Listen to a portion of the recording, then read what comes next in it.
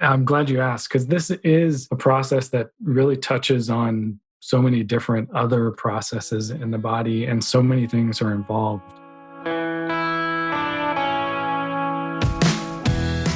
You're listening to the Ethos Athletes Podcast, where we believe that your health is the number one resource you need to accomplish your dreams. My name is Dr. Matthew Hernandez, and I'm a physician dedicated to helping my patients maintain their active lifestyle and continue doing what they love. I'm sitting down with other experts so that we can provide our listeners with the knowledge they need to improve their health and live their best life. Hey everyone, this is Dr. Matthew Hernandez, and you're listening to the Ethos Athletes Podcast. Today we're going to be continuing our series on secrets to performance optimization. And for this particular series, we're continuing to have on Dr. Warren Brown, who is the owner of Clinical Advances for Sport and works with athletes on being able to improve their performance from a physiologic standpoint. So Dr. Warren, welcome back to the show. Great to be back, Dr. Matt. It's always a pleasure to speak with you. The past few episodes, we've talked about a few things that Dr. Warren looks at when we're looking at improving performance. Going back and recapping some of the episodes, we talked about the overview was episode 1. Our second episode talked about gut function. And in there, we talked specifically about leaky gut and how that can affect your performance. Then we also talked about energy production and hormone balancing in the previous 2 episodes. Today, we're actually going to be continuing this series, and we're going to be talking about detoxification. Dr. Warren, can you talk to us about what detoxification means in your particular program and what you're looking for in this aspect with athletes? Sure. Yeah. Most of what I focus on when working with athletic patients is the oxidative stress type of detoxification. So maybe a small percentage who might be exposed to environmental toxins, and we'll work on that too. But for the most part, oxidative stress seems to be the biggest issue, or the thing that I focus on most with athletic patients. It's kind of a new concept. I'd be happy to sort of unpack that a little bit if that's helpful. Yes, please do. Let's start by sort of laying the groundwork. Really, oxidative stress is really this process in the body where there's this imbalance between the amount of free radicals that we produce and the amount of antioxidant defenses that we have. So that's that imbalance is oxidative stress. So the free radicals are things basically they're unstable molecules, and they form when atoms lose or gain electrons. And this is something that happens when we burn fats or carbs or proteins, fuel, in other words, for the purposes of making energy. So that, of course, happens a lot more in athletes.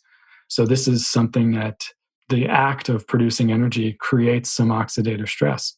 So it's kind of following along those lines. There's this loss of or gain of electrons basically creates some instability, and that can lead to tissue damage, cell damage. And there's a number of chronic diseases that have been linked to free radical damage, but that is just part of what happens when we make energy. They're not always bad. We need free radicals to fight infection, to heal from injury. They play a role in tissue regeneration. So they're not always bad, but they can, when they're excessive, they can be a problem. On the other hand, you have antioxidants, which just like the word sounds, sort of puts an end to oxidation, that process of oxidation, which is generated by free radicals. And most people are familiar with antioxidants in the sense that we're talking about things like vitamin A, vitamin C, vitamin E, carotenoids, glutathione. There's lots of examples of antioxidants. They're good to have, but it is possible to have too much of a good thing. So we don't want to over supplement with those things. And that's why we look for this balance between free radical activity and antioxidant capacity. That's sort of, in a nutshell, what I'm talking about when I talk about oxidative stress is the imbalance between the free radicals and the antioxidants. Awesome. Perfect. Now, when we're looking at athletes in general, athletes are one of the populations that are more prone to oxidative stress. Can you kind of explain why that is? Yeah, a lot of it has to do with that aspect of energy production. There's, generally speaking, more fuel coming in through food and more output, going out through physical activity. So that is a huge, huge part of it. But also things like poor dietary choices, people who have environmental exposures, like we live in a toxic world. So if we live in a city, most of us live in big cities. If we live in a city with poor air quality, poor water quality, et cetera, we'll be a little more vulnerable to oxidative stress. And so if we don't have those proper dietary choices of the antioxidants coming in, then there's sort of this imbalance that's created.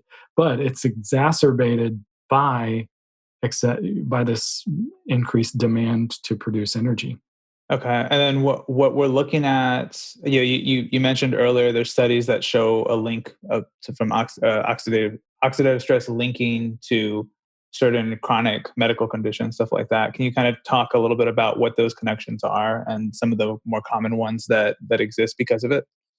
Yeah, oxidative stress and free radical damage has been linked to anything from diabetes, cardiovascular disease, even things like cancer. So there's a huge component of oxidative stress and free radical damage in many disease processes. So it's just a big part of how those disease processes sort of advance, basically. But we can also sort of address that by having a proper antioxidant capacity overall. Okay. And there's a lot of studies that have looked at total or evaluated total antioxidant capacity and in both athletes and non-athletes. And they'll look at things like lipid peroxidation, or they'll look at antioxidant status through glutathione or vitamin E or things like that. So it is a concept that's broadly accepted and well studied. Like you said, there's a lot of research that's kind of shedding more light on this particular aspect of medicine with oxidative stress. And I know a lot of the conferences I go to that are a little bit more, I don't want to say up to date, but a little bit more, Advanced. Advanced is a good word. Yeah. They do talk about this aspect in medicine of oxidative stress and how it impacts health so much. One of the things that you mentioned earlier, and maybe you can speak to this a little bit more if you're able to, that I'm interested in, is you talked about how it can lead to tissue and cell damage. And in my world, what I do is I'm treating tissue damage, right? With the sports med stuff that I do, I'm treating the physical aspect of tissue damage. Can you talk about the effects that oxidative stress has on tissue damage specifically? Yeah, it's that process of transferring electrons around can get messy, and when we're talking about moving electrons from one atom to the next, if that process doesn't happen efficiently, there's going to be some collateral damage, and those electrons will basically shoot through cells. They can damage DNA. They can damage cell membranes. Perfect example of that is lipid peroxidation, or this is something we can actually measure. Mm-hmm. So it's basically that this free radical damage that happens in the cell membranes, and it's been pretty well studied in athletes as well as the general population. Tends to be a little higher when we either overtrain or overexercise, or we're not well conditioned to exercise and we start doing it really vigorously. But also things like high-fat diets, high protein diets, alcohol, smoking, heavy metal toxicity, things like that. But lipid peroxidation is sort of one example of that, and we can measure lipid peroxides in urine. It's pretty easy to do. Another example is I talked about oxidative damage to DNA, and that's where things like we can measure things like 8-OHDG, which is basically something that tells us about oxidative damage to DNA. Mm. And this can also result from a lot of the same causes of oxidative stress, like toxins, et cetera. But it is something we can measure also in the urine, and it's pretty easy to do as well. So those are some of my favorite markers to look at in urine to gauge, how much oxidative stress are we dealing with here with this patient. Okay, yeah, no, that's awesome. And so when we're talking about like different testing, you've mentioned some of the tests that you do. So lipid peroxidase, the 8-OH-DG, that tests for oxidative damage in DNA. So when you're looking at these and you're testing for these, I'm assuming, is there a test that gives you specifically like you talked about ratios of free radicals to antioxidants. So is there an ideal ratio that we can actually test for, or is it more, we do these separate tests, lipid peroxidase, 8-OH-DG versus testing for like glutathione, vitamin E, all those things? Like what does that test look like in your experience? Yeah, I typically look at them separately and sort of have one eye on each, so to speak, where I'll look at the evidence of oxidative stress through those markers. And then I'll also look at things like whole blood glutathione or coenzyme Q10, and so sort of put the pieces of the puzzle together and see if we're seeing oxidative damage and a very robust level of glutathione or CoQ10 and the other antioxidants. Then I'm thinking, well, maybe there's some other reason why there might be this elevations in lipid peroxides or 8-OH-DG, like a toxic exposure, for instance. However, on the other hand, if you've got a patient who has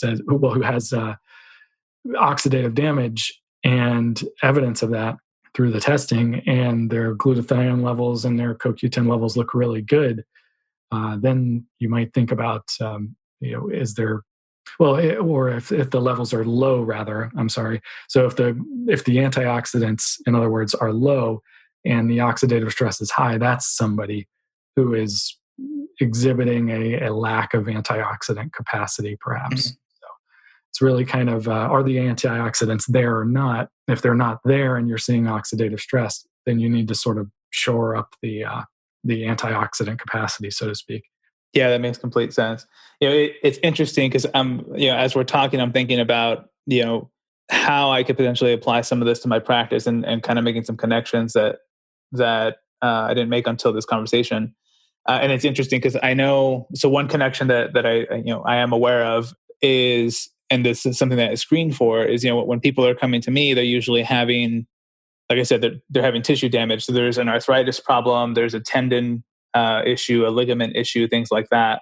And, my job is essentially, how do I go and heal that, that structural issue, right?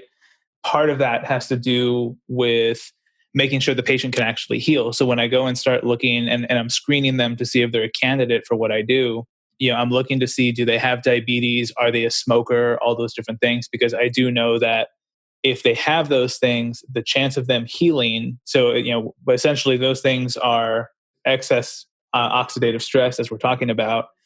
And that excess oxidative stress actually stops them from healing. And so I can't use the traditional therapies that I use to actually heal a tendon, heal a ligament, heal cartilage, stuff like that.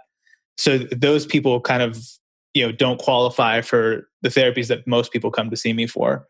But even then, when I'm looking at a healthy person, I could have, 5 healthy people who I'm treating with similar injuries and stuff. I had this, 3 months ago when I was treating 5 different people with tendinosis of the supraspinatus tendon, which is one of the rotator cuff muscles. And they all had fairly similar, wear and tear. I mean, some were worse than others, but in general, there was about 3 of them that were pretty similar. And 2 of them healed super fast. And one of them, didn't heal that great. They were a lot slower. So I wonder if actually testing for their oxidative stress versus their antioxidant capacity would have revealed that the one that healed slower might have had more oxidative stress than the other 2, or had a larger ratio that went that way. Good point. Yeah, I wonder if fixing that would have actually helped them heal a lot faster. So that might be something I need to start looking at with people and screening for them to actually check those ratios. Testing is pretty easy to do for those, and I found out about them just a few years ago, and it's been really enlightening, I think. Yeah, for sure. I think that'd be a good addition to start looking at. Because again, if we can speed up the healing process, who doesn't want that, right? So Right. that might be something that we can implement. So you've obviously had experience looking at these ratios and stuff like that. I would imagine that very similar to the connection I just made, you've probably seen connections between oxidative stress and other aspects of your program, either be it hormones, energy production. Obviously, I can imagine it would be a huge one. Immune response. Can you talk a little bit more about any connections that you've seen between oxidative stress and the other aspects of your program? Yeah. And I'm glad you asked, because this is a process that really touches on so many different other processes in the body, and so many things are involved. Digestive wise, dysbiosis or pathogens or potential pathogens in the gut, they could contribute to endotoxin production, and basically endotoxins can create some oxidative stress. Inflammation can do it. If a patient's limiting very well, if they're not having rare bowel movements, if they're tending more towards constipation, they're out on that opportunity to eliminate. That's a primary channel of eliminations. Digestive wise, if that's not going well, that could be a source of oxidative stress. Energy production and moving electrons around, making ATP, that process can create some oxidative stress. Immune response, generally I think about this as if there's a chronic upregulation of the immune response, like with an autoimmune condition, we could create more free radicals potentially. Okay. Structural integrity, which we'll talk about soon, but I think about genomic aspects that contribute to oxidative stress. So there's a SNP that we can measure for that, a genetic polymorphism. And in cell signaling, some hormones have antioxidant properties like melatonin, progesterone. I think even insulin has some antioxidant capacity to it, or effect rather. And then there are others that are more pro-oxidants, like the corticosteroids and catecholamines, things like that. So this concept of oxidative stress really touches on so many different body systems. And it really, I call this the detox aspect of my program, my clinical program, but it's really like a lot of these other aspects of my program. There are a lot of interrelationships and some intricacies, but I think it's one of the things that makes it so interesting. Yeah, absolutely. We talked about free radicals. So you stated some of the things that can contribute to free radical formation is exercise, right? Like working out can naturally is going to increase some of that. Having a high fat diet, smoking, I would imagine excess alcohol intake is going to do that as well. There is environmental factors such as air quality, water quality, different things like that. You also mentioned an immune response. So like if you're acutely sick, you're gonna notice an increase in free radicals. And then to combat that, what are some of the things, and you've kind of touched on some of these, but what are some of the things that our body naturally produces to combat free radicals? And then what are some things in general, that we can take? We hear the word antioxidant a lot, right? And so especially when we're talking about like superfoods, and it seems like antioxidant is one of those things that gets, if you're at a grocery store, and a lot of you'll probably notice a lot of marketing has antioxidant on it. So can you talk about what our body naturally produces that's an antioxidant, and then what are some things that in general we can take to help with that aspect? Yeah, antioxidants that the body can make, CoQ10 comes to mind, coenzyme Q10. The body can make that. Of course, that's one we often supplement with as well. But it has antioxidant capacity and helps with the electron transport chain. So helps with Krebs cycle function. So energy production really is one of the huge benefits of CoQ10. A lot of the antioxidants come from the diet. So there are amino acids that have antioxidant effects, like taurine. You could even consider the glutathione precursors, having antioxidant capacity because they can make glutathione. That would be things like glutamine, cysteine, and glycine. There are polyphenols from the diet, maybe even a better example from fruits and vegetables. I sometimes, when I have a patient who's really hitting it hard with the protein and the fats, and they're not getting a lot of colorful fruits and vegetables in the diet, that's a patient who's sort of losing out on the amount of antioxidants that they should be getting through food. Berries, for instance, blueberries are always talked about in the antioxidant conversation. Yeah. Oranges and citrus fruits for their vitamin C, etc.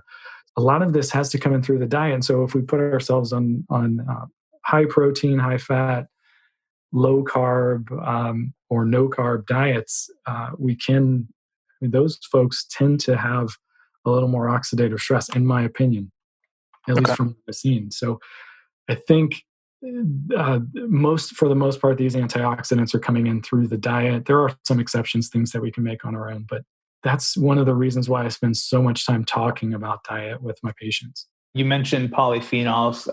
For our listeners who may not be familiar with that term, can you kind of define what that is for us? Yeah, these are phenolic compounds, basically a chemical descriptor, a name. Polyphenols. These they exhibit antioxidant capacity. They are found in a lot of plant foods, typically the more colorful ones. Berries are probably the best example of that.